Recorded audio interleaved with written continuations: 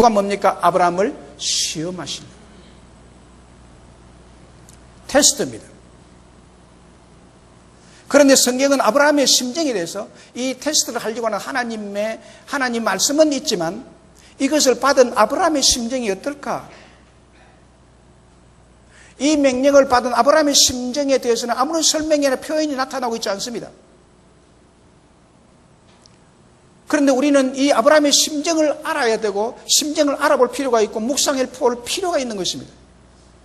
그냥 늠름하게 넘어간 문제가 아니죠. 아들을 드리라는데 여러분 같으면 늠름해서 어디 쓰레기 버리러 가듯이 그렇게 버리러 가겠습니까? 그건 아니잖아요. 그런데 마치 쓰레기 버리듯이 아들을 데리고 지금 모리아산으로 가고 있는 그런 이미지가 여기에 나타나요. 절대로 그런 이미지가 아닌 것입니다. 단순하게 생각할 문제가 아니죠. 이삭은 아버지의 말도 참 잘 듣는 아들이었습니다. 그리고 착하고 신앙심도 참 좋았습니다. 그리고 건강도 얼마나 좋았던지 건강에 잘 자란 아들이었습니다. 그리고 인물도 얼마나 잘났는지 미남이었습니다. 아브라함이 100세에 얻은 아들에게 너무나 사랑스러운 독자 아들이었습니다. 이런 아들을 제물로 바쳐야만 하는 아브라함은 아마 심적으로 심한 고통과 갈등으로 밤잠을 이루지 못하고 하나님께 철야 기도를 했던 것입니다. 저는 그렇게 생각합니다. 그냥 잠을 잡겠느냐는 거예요.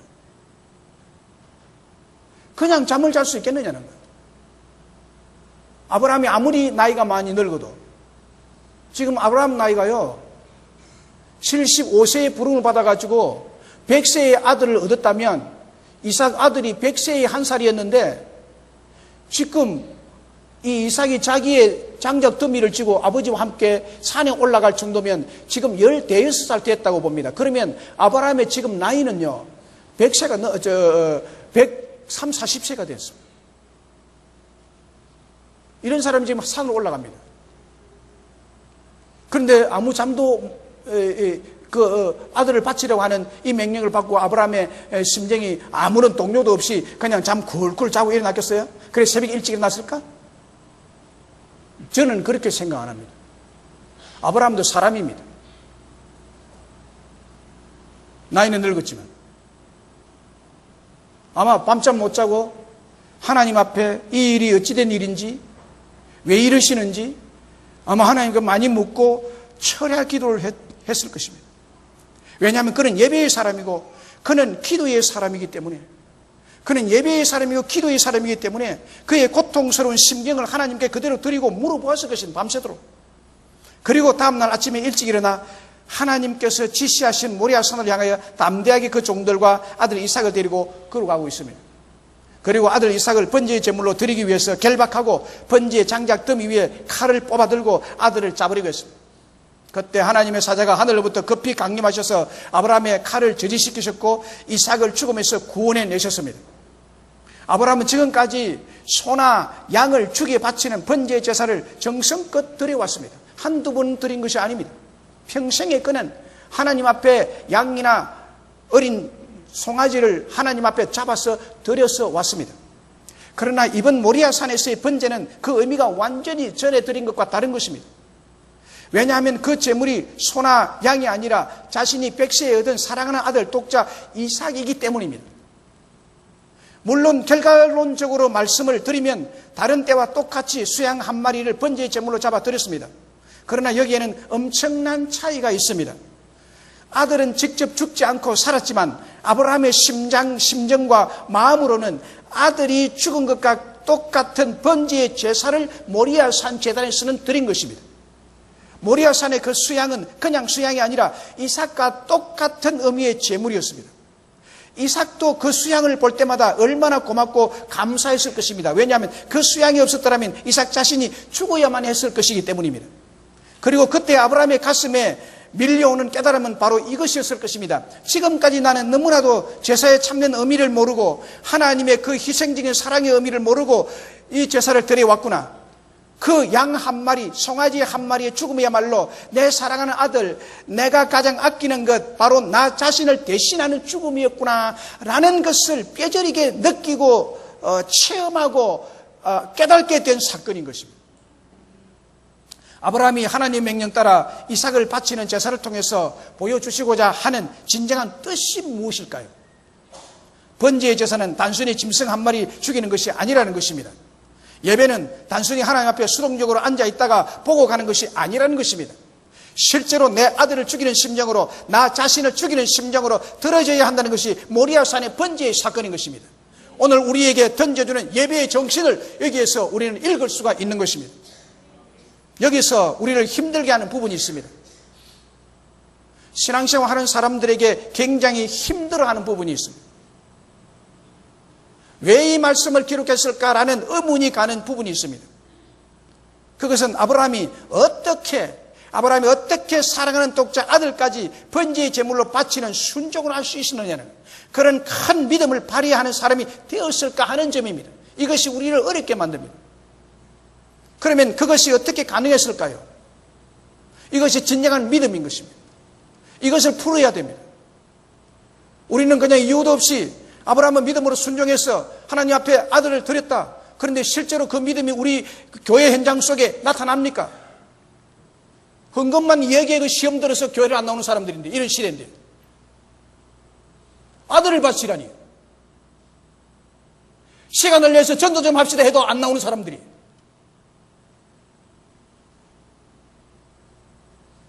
누가 자기의 물건을 바치라 해도 여기에 있습니까?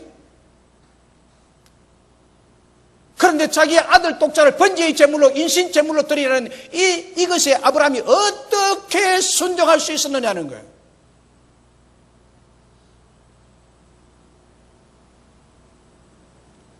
그것은 하나님께서 이런 순종의 큰 믿음의 사람으로 준비시키셨기 때문입니다. 하나님 하신 것입니다. 할렐루야. 5절에 보면 아브라함이 그의 종들에게 하는 말이 나옵니다. 이것이 답입니다. 너희는 나귀와 함께 여기서 기다리라. 내가 아이와 함께 저기 가서 예배하고 우리가 너희에게로 돌아오리라. 우리가 너희에게로 돌아오리라. We will come back to you. 우리가 돌아오리라. 내가 이삭을 번제로 드리고 난 다음에 이삭과 함께 다시 우리가 돌아오리라. I will come back to you가 아닙니다. 이삭은 없어졌으니까 나 혼자만 돌아오리라 하면 I will come back to you라고 해야 되지 않습니까? 그런데 아브라함은 지금 종들을 기다리고 하고 난 다음에 아브라함과 이삭 두 사람이 지금 번제의 제물을 드리기 위해서, 번제를 드리기 위해 두 사람이 올라갑니다. 그러면 이삭은 없어지는 거죠. 번제의 제물이 되어버렸으니까. 그러면 내려올 때는 자기 혼자 내려와야 됩니다. 그러나 아브라함은 그렇게 말하지 않고 우리가 번제 예물을 드리러 가서 번제를 드리고 난 다음에 두 사람이 똑같이 올라간 것처럼 두 사람이 같이 내려오리라. We will come back to you. 우리가 돌아오리라. 히브리 원문에 그렇게 되어 있어요. 우리가 올 것이다. 우리가 돌아올 것이다. We will come back to you. 이 이삭은 번제의 제물로 바쳐지고 나서 나 혼자 돌아오는 것이 아니라 번제의 예배를 드리고 나도 이삭과 둘이인 우리가 돌아올 것이라는 아브라함의 이 말은 하나님에 대한 막연한 소원이 아닙니다. 살려달라고 드리는 기도도 아니에요. 이삭은 반드시 하나님께서 살려주셔서 다시 살아서 나와 함께 우리가 돌아올 것이라는 확신이 있는 믿음에서 나온 말이었습니다. 그리고 8절에 보면 아브라함이 이르되 내 아들아 번제할 어린 양은 하나님이 자기를 위하여 친히 준비하시리라. 번제할 어린 양은 하나님이 자기를 위해서 친히 준비하시리라. 제물을 하나님이 준비하시리라. 7절에 보면 이삭이 아버지한테 물어봅니다. 아버지여,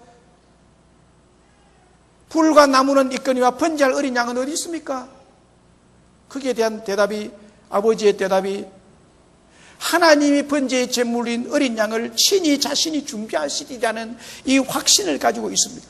그러면 이 확신이 어디에서 왔을까요? 이 의심 없는 확신이 어디에서 왔을까요? 이삭을 결박해서 나무 위에 올려놓고 칼을 가지고 이삭을 잡아서 짐승 잡듯이 목을 찔러서 자기의 손으로 아들을 잡아 죽이려고까지 딱 그 순간까지 갈 수 있는 그 담대한 믿음과 그 확신이 어디에서 왔을까요? 우리는 이 부분에서 이 믿음을 받아들일 수가 없는 현실 세계 속에서 살아가고 있지 않습니까? 아브라함이 믿음을 본받을 수 있습니까? 우리는 없습니다. 우리는 없어요. 나는 아브라함과 같은 믿음을 가지고 있다라고 하면 그런 사람 일어나 보세요. 내일 가서 부동산에 집 한 채 팔아가지고 우리 교회 가져오세요. 그러면 진짜 아브라함을 본받는 사람. 그것도 약하죠. 그것도 약하죠. 아들을 죽일 수 있나요? 하나님을 위해서? 이 부분이 우리를 힘들게 하는 거예요. 이 확신이 어디에서 왔느냐는 거예요. 죽여도 다시 살려서 하나님 쪽에서 우리가 내려갈 것이라는 그 확신 가운데 추호도 의심 없이 칼을 들어서 쫓으려고 하는 이 순간에 어떻게 그렇게까지 갈 수 있느냐는 거예요. 아브라함 믿음이.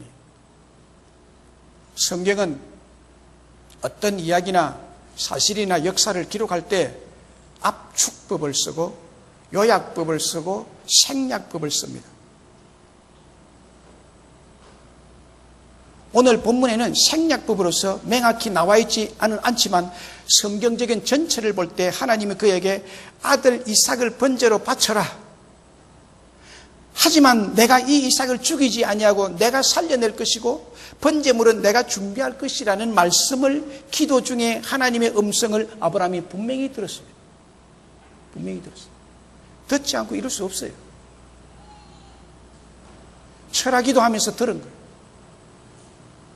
그런데 이 들은 말씀은 창세기 22장에서는 생략하고 있습니다. 이삭을 번제로 바치라는 음성만 들은 것으로 기록해 놓고 있습니다.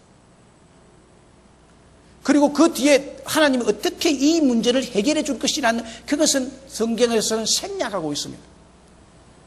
성경에 보면 하나님은 아브라함을 본토 아비 친척 집에서 불러내었을 때부터 수없이 아브라함에게 말씀을 하셨고 아브라함은 그 음성을 듣고 왔습니다. 하나님 음성을 엄청나게 들었습니다. 하나님의 약속의 말씀도 여러 번 많이 들었습니다. 거의 부름을 받은 이후 평생을 하나님의 음성과 약속을 듣고 왔습니다. 아브라함은 처음부터 하나님의 음성을 듣고 비전을 가지고 소망과 꿈을 가지고 그 꿈을 이루어 주실 분으로 여기면서 하나님을 따르기 시작한 사람입니다. 믿음이 있어서 순종해서 본토 친척 아비를 떠난 것이 아니라 믿음이 아니라 비전을 이루어 주시고자 하는 그 꿈을 이루어 주시는 분이 하나님이라고 하니까 내가 자기가 가지고 있는 꿈이 바로 하나님 주신 꿈과 일치가 되니까 나는 지금 우상 숭배하면서 우상을 조각해서 만드는 이것이 너무나 싫은데 그러나 적당한 방법이 없고 삶의 방법이 없어서 지금까지 75세까지 살아왔는데 하나님이 나타나셔서 하나님이 뭐라고 말합니까? 너는 내가 너로 말미암아 큰 민족을 이루겠다. 내 이름을 장대하게 해주겠다. 너를 복의 근원이 되겠다. 딱 말씀을 듣는 순간에 내가 이 말씀 따라가야 되겠다는 마음이 생긴 거예요. 믿음이 있어서 생겨서 따라간 게 아니에요. 믿음이 있어서 순종한 것이 아니에요. 아브라함처럼 순종해라 라기 아닙니다. 이것은 우리가 할 수 없는 일이에요. 인간으로서는 하나님 말씀에 순종 못해요. 하나님이 주신 비전 때문에 가게 된 거예요. 우리 속에 다 비전이 있잖아요. 비전이 우리를 이끌어가는 것입니다. 꿈이 우리를 이끌어가는 것입니다. 내가 그렇게 되었으면 좋겠다 하면 그것을 따라가는 것입니다.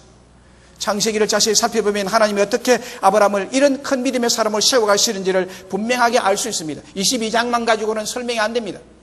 창세기 12장 아브라함 부름 때부터 우리는 22장까지 와서 살펴봐야 합니다. 75세에서부터 지금 140세가 넘은 아브라함의 그 여정을 우리가 살펴볼 때 아브라함은 능히 이삭을 제물로 하나님께 바쳐드릴 때 하나님이 약속한 대로 하나님이 말씀한 대로 자기가 친히 이삭 대신해서 제물을 준비해 놓을 것이라는 확고한 믿음을 가졌던 것입니다.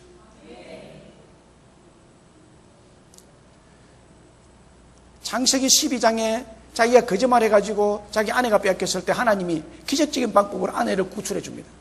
거기에서 하나님이 또 경험합니다. 13장에 가면 조카 롯이 소돔 고모라가 좋다고 떠나가 버리죠.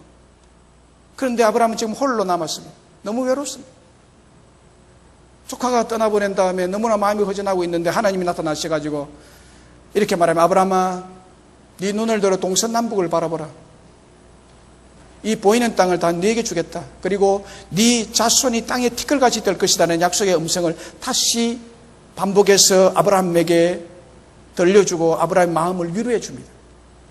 창세기 15장에 가면 한상 중에 나와서 나는 네 방패요 너의 상급이니라. 아브라함아 외로워하지 마라. 슬퍼하지 말라.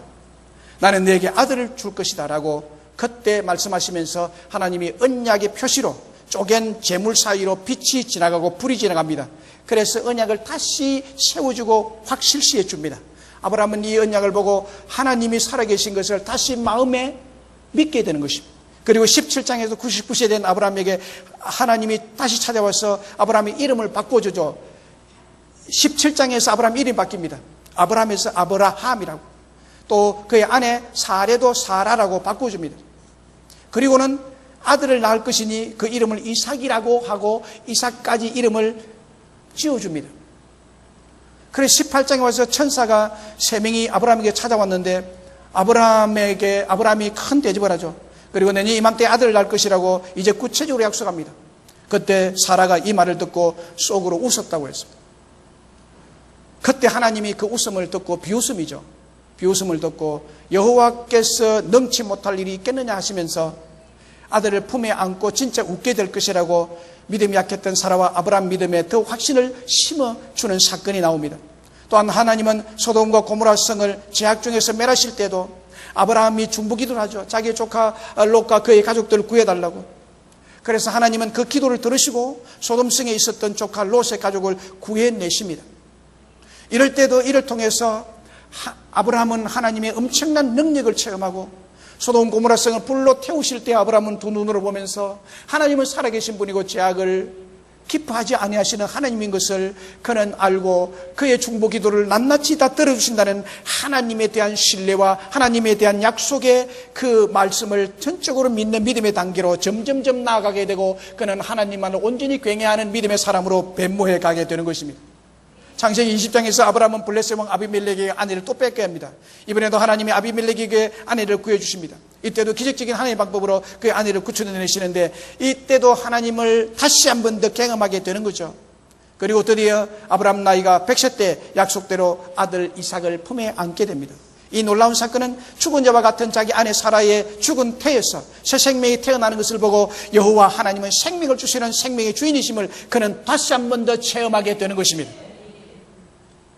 또한 블레셋 왕 아비멜렉도 군대 장군과 함께 찾아와서 아브라함 앞에 이유 없이 와서 무릎을 꿇습니다.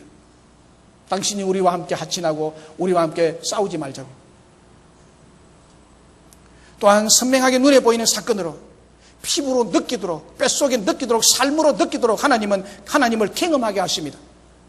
결국 아브라함은 처음에는 믿음이 없었고 믿음이 작았지만 계속되는 하나님 말씀을 들으면서 직접 나타나셔서 역사하시는 사건의 현장에서 하나님의 약속과 음성에 대한 확신을 갖게 된 것입니다. 수없이 하나님의 살아계심을 경험함으로 아브라함의 믿음은 더욱더 확고해지고 더욱더 커지고 확신에 찬 믿음을 가지게 되고 담대해질 수가 있었습니다. 그래서 결국 아브라함은 말씀 한마디라도 절대로 의심 없이 그대로 고스란히 행할 수 있는 담력이 생겨나게 된 것입니다. 그 믿음이 바로 하나님께로부터 온 것이죠. 하나님이 아브라함을 어떤 시련이 와도 어떤 시험도 감당할 수 있는 큰 믿음의 사람으로 세워주신 줄로 믿습니다. 이 믿음의 근거가 아브라함에게서 나온 것이 아니요, 하나님이 세월을 따라서 사사건건이 하나님이 아브라함에게 심어준 믿음의 대가인 것입니다. 그래서 이제는 자기 아들까지 드릴 수 있는 최고 수준의 믿음으로까지 세워주신 것입니다. 야, 이제 너의 믿음이 이렇게 성장했구나. 내가 원하는 수준까지 네가 올라왔구나. 12절 보십시오. 12절에 보면 하나님이 탄복하는 말을 합니다. 사자가 이르시되 그 아들을 내 손에서 대지 말라. 그에게 아무 일도 하지 말라. 네가 네 아들 네 독자라도 내게 아끼지 아니하였으니 내가 이제야 네가 하나님을 경외하는 줄 아노라. 이제야 네가 하나님을 경외하는 줄 아노라 했습니다. 하나님이 얼마나 기뻐하시는지요. 하나님 얼마나 칭찬하고 있는지요. 부모가 자녀를 양육해 놓고도 자녀가 성장한 것을 보면 너무나 기특하죠. 마음이 너무 기쁘죠. 하나님도 아브라함을 믿음의 사람으로 키우시고 하나님이 다 하셨음에도 불구하고 그의 믿음이 이렇게 성장하는 것을 보고 매우 기뻐하시며 크게 칭찬하신 것입니다. 오늘 우리의 믿음도 처음서부터 큰 믿음을 가지지 않았습니다. 가질 수도 없습니다. 한두 사건을 가지고 내 믿음이 크다 천만에요. 교만하게 거지없는 것입니다. 우리는 죽음 직전까지 하나님이 나를 키우시는 그 키우심을 보시고 그 말씀을 들으셔야 하는 것입니다. 하나님이 처음에는 믿음이 없지만 끊임없이 믿음을 갖게 해주십니다. 끊임없이 하나님의 말씀을 들으면서 우리의 믿음도 확신을 갖게 되어 있습니다. 그래서 하나님은 우리도 시험을 능히 감당할 수 있는 믿음의 사람으로 세워주실 줄로 믿습니다. 그리고 말씀 안에서 우리의 믿음이 성장하는 모습을 보고 하나님이 기뻐하시는 것입니다. 하나님이 기뻐하시는, 오늘 이 본문에서 우리에게 하시고자 원하시는 하나님의 음성이 바로 이것입니다. 다니엘서 6장에 보면 이와 거의 비슷한 사건을 기록하고 있습니다. 다니엘의 믿음입니다. 역사적인 배경은 바벨론 멸망 직후의 사건을 다니엘서 6장에서 기록합니다. 바벨론이 멸망 직후에 메데 바사라는 공동나라가 세워졌습니다. 말하자면 두 왕이 공동으로 서로 공조하면서 통치를 하고 있는 때에 이를 기록하고 있는 것이 다니엘서 6장의 내용입니다. 다니엘서 1장부터 5장까지는 바벨론 왕 느부갓네살 왕과 벨사살 왕이 통치하던 때의 사건을 기록하고 있고 6장에서는 이제 나라가 완전히 바뀝니다. 바벨론 나라가 완전히 멸망합니다. 멸망하고 난 다음에 메데 바사 나라가 이 나라를 다시 통치하기 시작하는 것입니다. 이때 메데 나라는 다리오 왕이 통치하고 바사라는 나라는 고레스가 통치하게 됩니다. 다니엘은 메데 나라의 다리오 왕 밑에서 최고위급 총리 세 사람을 세우는데 거기에서 수석 총리가 됩니다.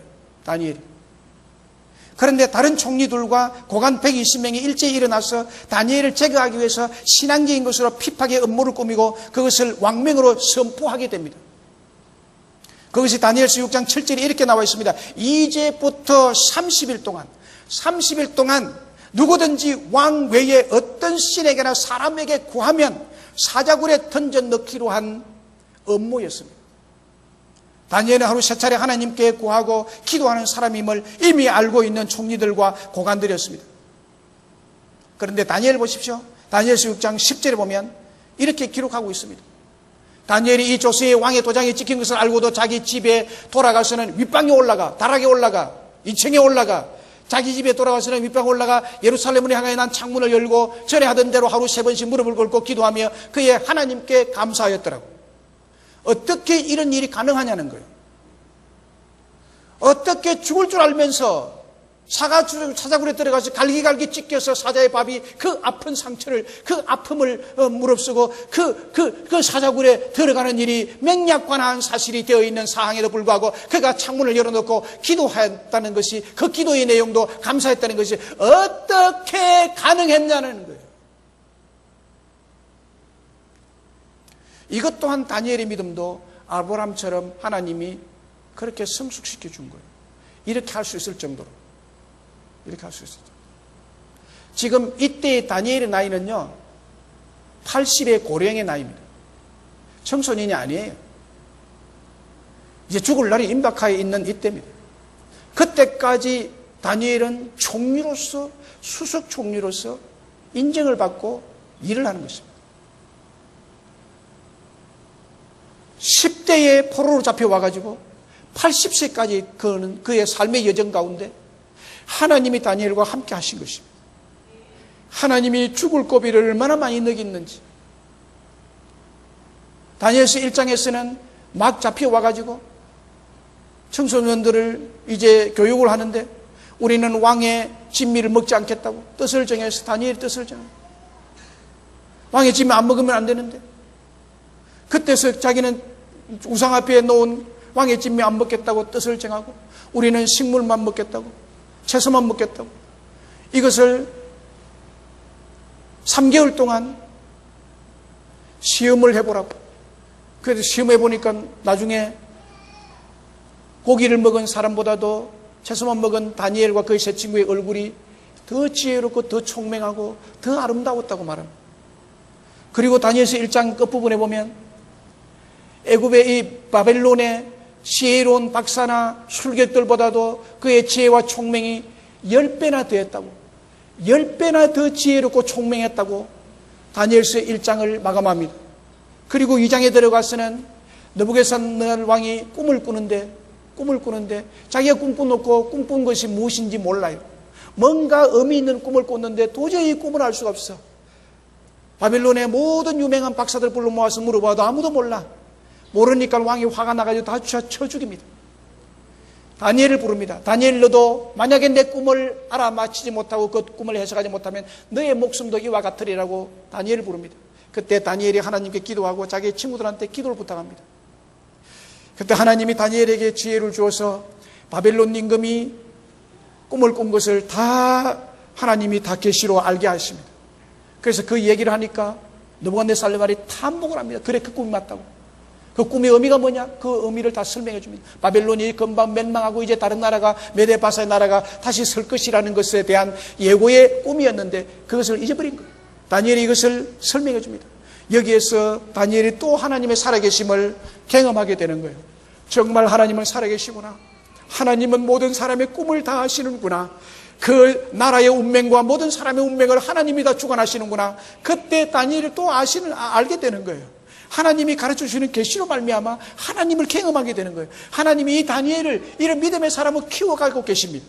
그리고 다니엘 3장에서는 사드락과 메삭과 아벳느고가 우상 숭배 안 하겠다고 풀무불 속에 들어가서 살아나오는 것을 다니엘은 또 목격합니다.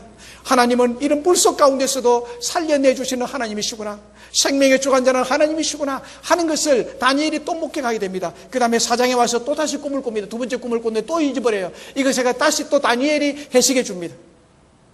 그리고 5장에서는 벨드사살이 성전에 있는 이 기명들을 가져다 갔다가 술 연회를 베풀고 잔치를 베푸는데 1000명의 고관대작을 불러놓고 밤이 맞도록 잔치를 하는데 갑자기 손이 나타나가지고 벽에 글을 씁니다. 메네 데겔 우바르신. 이 글은 모르는 글입니다. 임금이 혼미백산해가지고 벽에 갑자기 손이 나타나서 글을 쓰니까 얼마나 놀랐는지 이 글을 읽고 해석할 사람이 누구냐? 그때도 다니엘이 이 뜻을 해결해 줍니다. 메네 데겔 우바르신. 왕이 하나님의 저울에 달아보니까 그 저울의 무게가 미달되었습니다. 왕이 금방 죽는다는 얘기예요. 그 말을 듣고 바로 즉사합니다. 이래서 바벨론 나라가 멸망하고 다니엘서 6장에 도달하게 됩니다. 6장에 도달해서 메대의 다리오 왕이 다니엘을 세 총리 중에 수석으로 세우고, 그래서 1년을 지났는데 딱 2년째 되는 해에 이들이 다니엘을 제거하기 위해서 사자굴에 집어넣기로 지금 음모를 꾸민 것입니다. 그때 다니엘서 6장 10장에 10절에 다니엘은 그 하나님 앞에 기도를 합니다. 내가 80년 동안 하나님을 섬겨 왔는데, 내가 이제 이렇게 노구가 되어서 노년이 되었는데, 내가 사자굴에 들어간다고 해서 하나님께 기도하던 것들 내가 중지하겠는가? 여기에서 다니엘은 아마 두 가지 기도 제목으로 기도한 것이 가능한 것입니다. 다니엘의 마음에는 천국이 와 있는 것이에요. 이제 내가 하나님 앞에 부름받아서 천국에 갈 때가 되었구나. 하나님이 이제 이 사건을 통해서 나를 부르시는구나.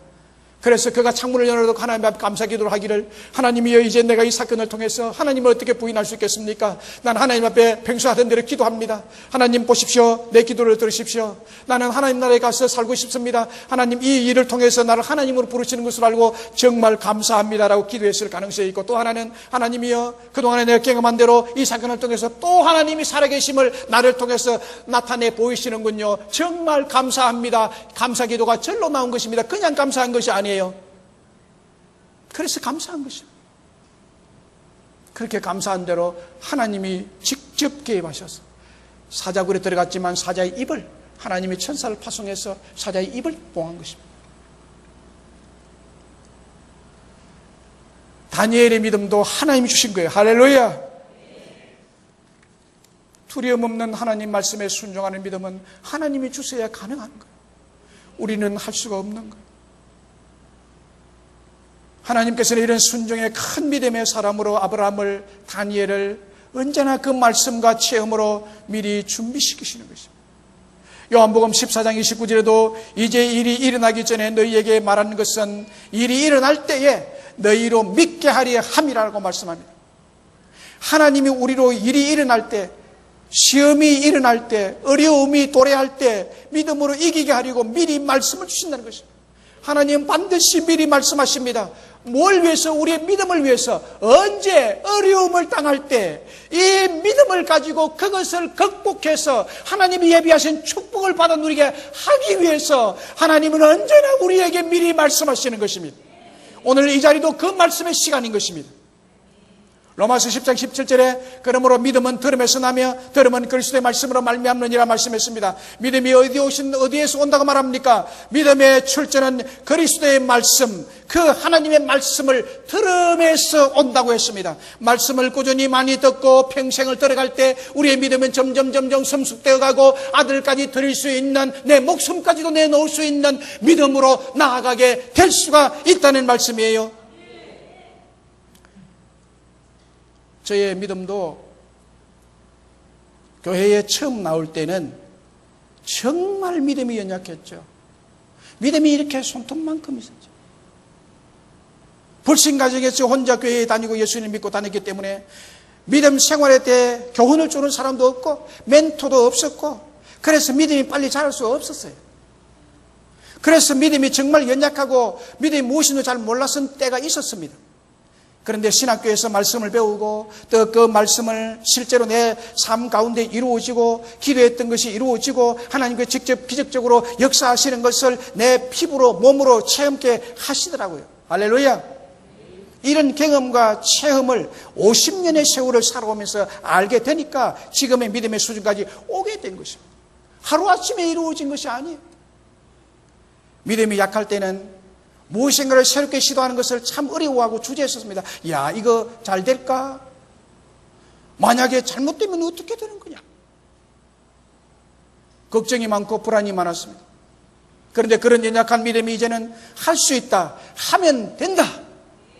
왜냐하면 하나님이 나와 함께 계시고 나를 사랑하시고 나를 도와주시고 나를 이런 어려움에서 구원해 주실 분이라는 사실을 정확하게 인지하고 믿고 신뢰하기 때문입니다. 보라, 내가 새 일을 행할 것이다. 사막에 강을 내고 광야에 길을 낼 것이다. 새 일을 행하실 하나님을 기대하며 바라봅니다. 새 일을 시도합니다. 그래서 시험이 나한테 와봐라, 문제에 와봐라, 하나님은 내 편이다, 담대히 말할 수 있게 되었습니다. 예전의 저의 모습에 비하면 참으로 많이 변했고 믿음이 크게 성장되어 있음을 저는 제 스스로에게 깨닫습니다. 전에 없던 하나님에 대한 것도 더 스스로 많이 깨달아갑니다. 걱정 많던 사람이 서서히 믿음의 사람이 되어가고 있습니다. 이렇게 어떻게 변화될 수 있었느냐고 스스로 자문자답을 해보면 저는 저에게 이렇게 결론을 내립니다. 날마다 묵상하는 하나님의 말씀이 제 마음에 보약이 되어서 저에게 믿음의 힘을 키워주고 있다고 생각합니다. 할렐루야. 하나님이신 말씀이신 말씀이 늘 제 마음속에서 역사하시기에 그렇게 된 것이라고 저는 고백합니다. 어린 시절부터 신동이라 천재라고 불렀던 헨리 나우엔이 있습니다. 헨리 나우엔이라는 분이 세월이 흘러 미국의 하버드 대학의 교수가 되었습니다. 미국 하버드 대학 교수, 하버드 대학 학생이 아니라 교수. 그가 집필한 20여 권의 책은 많은 사람들로부터 사랑을 받아 모두 베스트셀러가 됐습니다. 헨리 나우엔이 지은 책들이 우리 한국에 다 소개되어 있습니다.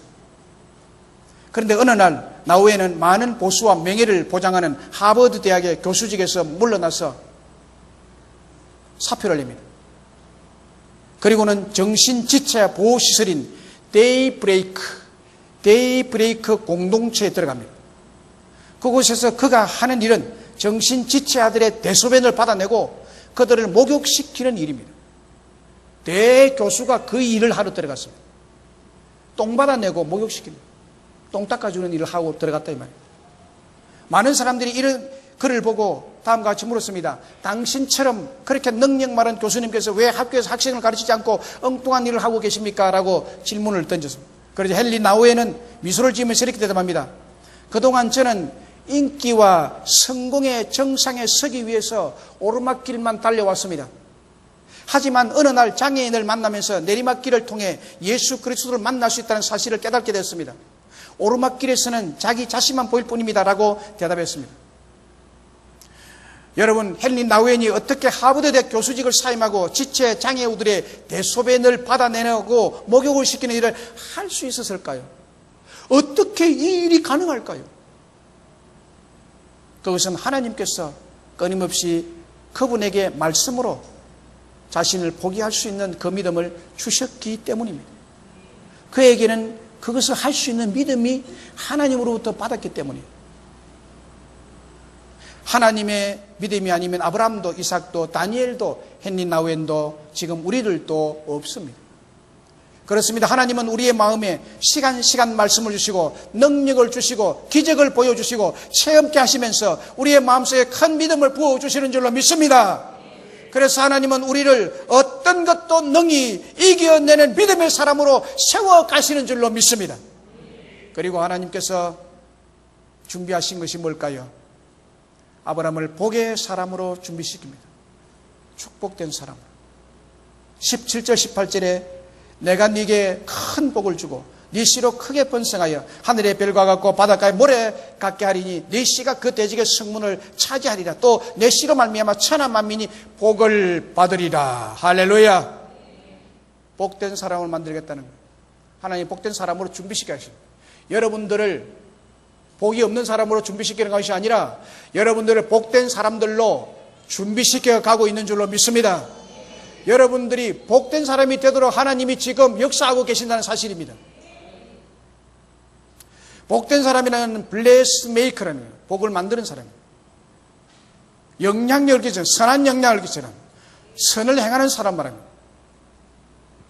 아브라함이 이 시험 이후에 하나님으로부터 받은 말씀이 하나님 아브라함에게 큰 복을 주시겠다고 하십니다. 자손을 하늘의 별과 같이 바닷가의 모래같이 번성케 하시겠다고 축복합니다. 그리고 더 나아가 아브라함만 복을 받는 것이 아니라 그로 말미암아 천하 만민이 복을 받겠다. 천하 만민이 복된 사람이 되도록 만들어주겠다는 거예요. 많은 사람에게 선한 영향을 끼치는 그런 복된 사람이 되게 하신다는 것입니다. 선한 사마리안 사람처럼 양과 염소 비유에서 양에 속한 사람처럼 그렇게 많은 이웃들에게 살펴주고 보살펴주고 제공해주는 이런 사람이 되게 하겠다는 것입니다. 하나님은 우리를 믿음의 사람으로 세우시고 나아가서 번성케 되는 복을 주시고 복된 사람으로 세워가시는 줄로 믿습니다. 결국 오늘 아브라함도 그렇게 하고 계십니다. 신명기 8장 16절에 보면 네 조상도 알지 못하던 만나를 광야에서 내게 먹이셨나니 이는 다 너를 낮추시며 너를 시험하사 마침내 내게 복을 주려 하시면느니라. 할렐루야. 여러분을 복을 주게 하기 위해서 오늘날도 광야 같은 삶 속에서 이끌어가고 계시는 줄로 믿으시기를 주의 이름으로 축원합니다.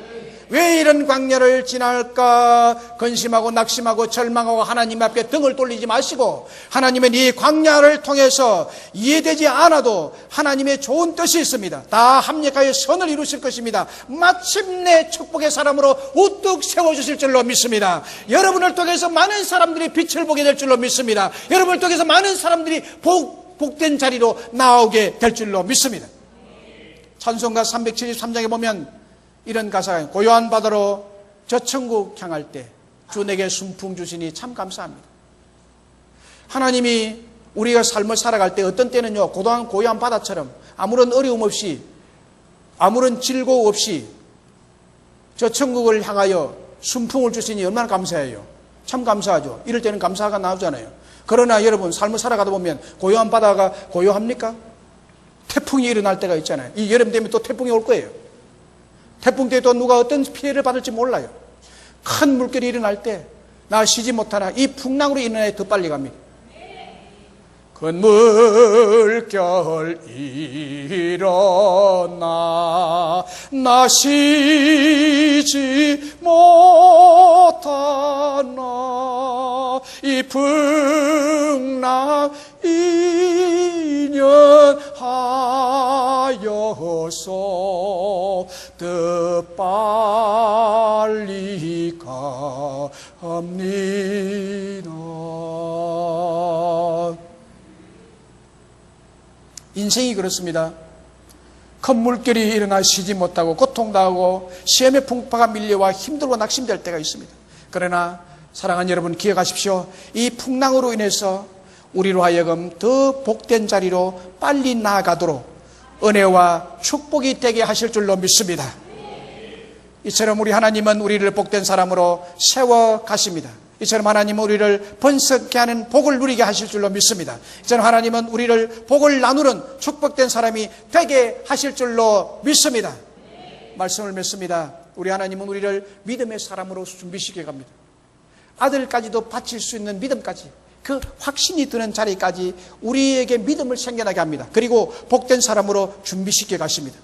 내가 내게 큰 복을 주고 내 씨가 크게 번성하여 하늘의 별과 바닷가의 모래와 같게 하리니 네 씨가 그 대적의 성문을 차지하리라. 또 내 씨로 말미암아 천하 만민이 복을 받으리라. 많은 사람에게 선한 인을 끼치는 그런 복된 사람이 되게 하신다는 것입니다. 우리들도 이런 축복을 만들어가는 사람들, 천국을 누리며 나누는 사람들, 행복을 누리며 나누며 사는 사람들이 다 되어서 행복한 가정, 행복한 사회, 행복한 나라를 만들어가는 주역들이 되시기를 주의 이름으로 축원합니다.